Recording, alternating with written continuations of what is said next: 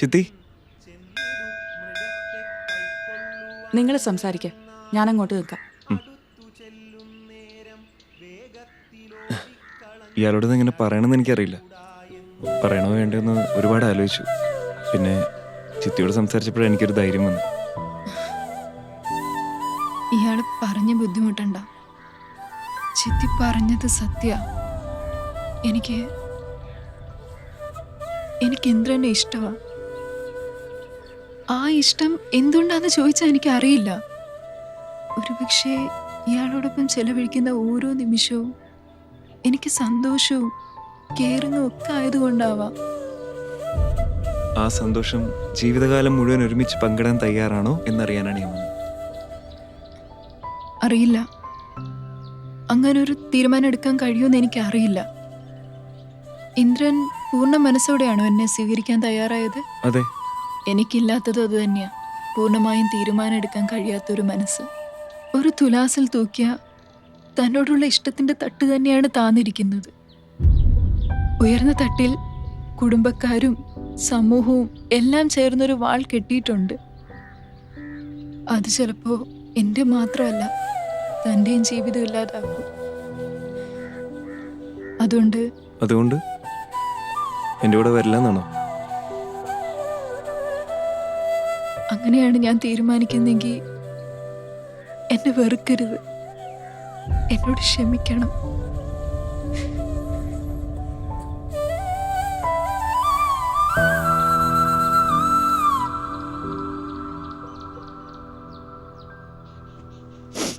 സംസാരിച്ചോ? എന്ത് തീരുമാനിച്ചു? നിന്നോടാ ചോദിക്കുന്നേ, എന്താ തീരുമാനിച്ചു? ഞാനൊന്നും തീരുമാനിച്ചില്ല. എനിക്കറിയില്ല ചിത്തി, ഞാൻ എന്ത് ചെയ്യണമെന്ന്. ലോകം എന്ത് പറയുന്നു പേടിച്ചാ ഇവിടെ ആർക്ക് സ്വന്തം ഇഷ്ടത്തിനനുസരിച്ച് ജീവിക്കാൻ പറ്റില്ല മോളെ. എല്ലാ സന്തോഷവും നിറഞ്ഞ ജീവിതമായിരുന്നു നിന്റേതെങ്കില് നിന്നെ ആദ്യം എതിർക്കുന്നത് ഈ ഞാനായിരുന്നേനെ. നീ ഇങ്ങനെ നരയിക്കുന്നത് കാണാൻ എനിക്കിനി വയ്യ. നമ്മളെ തുറന്ന മനസ്സോടെ സ്നേഹിക്കുന്ന ഒരാളെ നമുക്കൊരു പ്രാവശ്യമേ ജീവിതത്തിൽ കിട്ടുള്ളൂ. അത് നീ നഷ്ടപ്പെടുത്തരുത്, അത്ര എനിക്ക് പറയാനുള്ളൂ.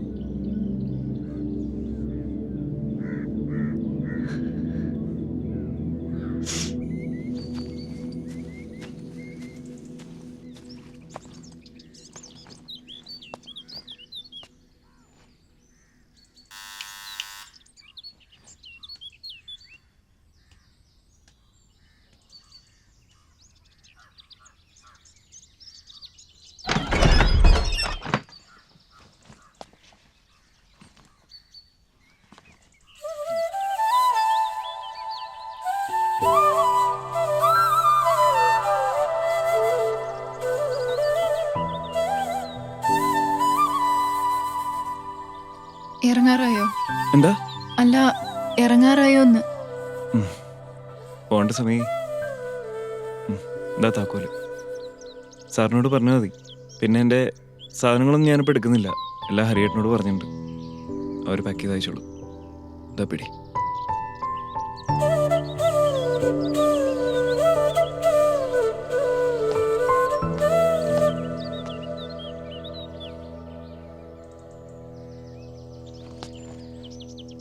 കുടിക്കാൻ കുറച്ച് വെള്ളം തരുമോ? അതിനെന്താ, കയറിയിരിക്കേ.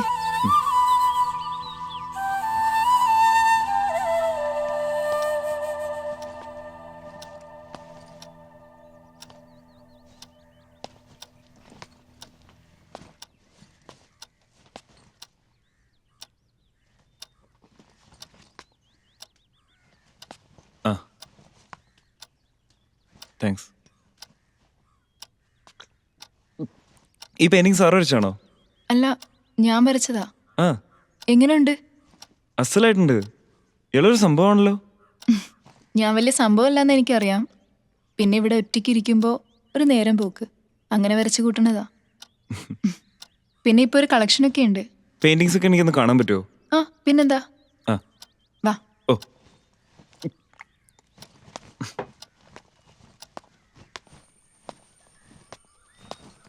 അവിടെയാ. ഇയാൾ ഇങ്ങനത്തെ ഡ്രസ്സൊക്കെ യൂസ് ചെയ്യോ? ഏയ് ഇത് ഞാൻ പണ്ട് കോളേജിൽ ഫൈനൽ ഇയറിന് പഠിക്കുമ്പോൾ വാങ്ങിയതാ. ആഹാ. അന്ന് കോളേജിലൊരു ഷോ ഉണ്ടായിരുന്നു.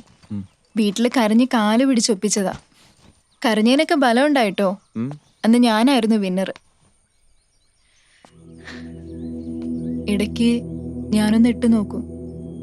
എൻ്റെ മനസ്സും ശരീരവും ജീവിതവും ഒന്നും മറവിച്ചിട്ടില്ലെന്ന് എന്നെ തന്നെ ബോധ്യപ്പെടുത്താൻ.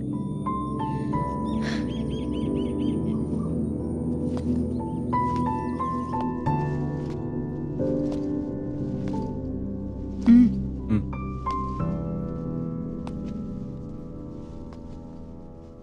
ഇത് ആ ഇതെന്റെ കുടുംബക്ഷേത്രത്തിലെ ദേവീ വിഗ്രഹ.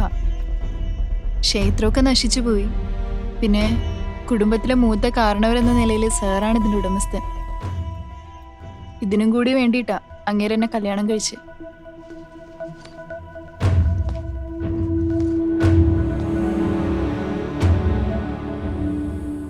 സാറിന് എന്തിനത്?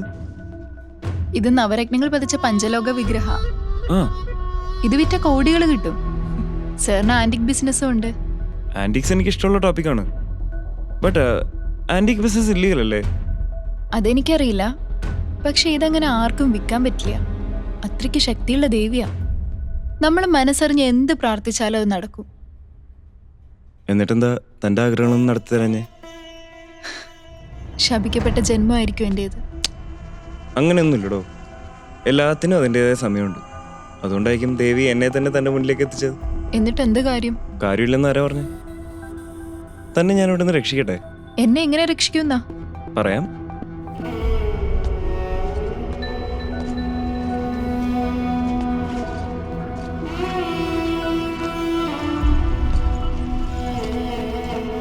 ഇതെന്താ സംഭവം? പറഞ്ഞ വിശ്വസിക്കില്ല. ഇത് വെറും ഒരു കല്ലല്ല, ഇതൊരു മാജിക് സ്റ്റോണാണ്. എനിക്ക് തന്നെ വിശ്വാസ. പറ, എന്ത് മാജിക് സ്റ്റോൺ? ഇത് കയ്യിൽ വെച്ച് പ്രാർത്ഥിച്ചാൽ നമുക്ക് ഇഷ്ടമുള്ള ആളുടെ രൂപം സ്വീകരിക്കാൻ പറ്റും. എനിക്ക് തീരെ ബുദ്ധിയില്ലാന്ന് തോന്നുന്നുണ്ടോ? ഞാൻ പറഞ്ഞില്ലേ വിശ്വസിക്കില്ല എന്ന്. ഞാൻ വിശ്വസിക്കണമെങ്കിൽ എന്നെ പ്രൂവ് ചെയ്യണം. ഇതങ്ങനെ പരീക്ഷിക്കാൻ വേണ്ടി ഉപയോഗിക്കാൻ പാടില്ലെന്നാണ്. പക്ഷേ തനിക്ക് വേണമെങ്കിൽ ഞാനൊന്ന് പ്രൂവ് ചെയ്താണ്. ശരി, ചുമ്മാ പുളു അടിക്കല്ലേ. അങ്ങനെയാണെങ്കിൽ ഇതൊക്കെ വെച്ച് എല്ലാവർക്കും എന്തൊക്കെ ചെയ്യാം? പറ്റില്ല. അർഹതപ്പെട്ടവരെ കൈ കിട്ടിയാൽ മാത്രമേ ഇതിന്റെ മാജിക് പവേഴ്സ് ഒക്കെ വർക്ക് ചെയ്യുള്ളൂ. അല്ലാത്തവരെ കൈ കിട്ടിയത് വെറും ഒരു കല്ല് മാത്രമാണ്. ഈ മന്ത്രതന്ത്രങ്ങളൊക്കെ നടത്തിയിരുന്ന കുടുംബമാണ് എൻ്റെത്. എൻ്റെ മുത്തശ്ശൻ്റെ കയ്യിൽ നീട്ടിയത്. ശരി, ഞാൻ വിശ്വസിക്കാം. എന്നെ പ്രൂവ് ചെയ്ത് കാണിക്കേ. ഇത് ഉപയോഗിക്കുമ്പോൾ കൂടെ ആരും ഉണ്ടാവാൻ പാടില്ലെന്നാണ്.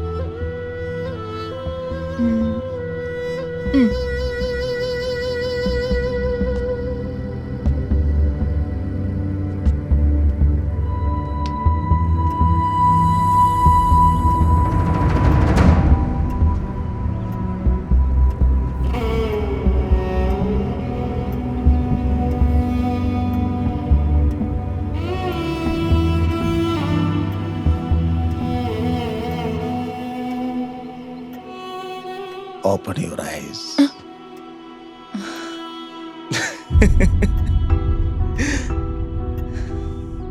എന്താ പേടിച്ചോയോ?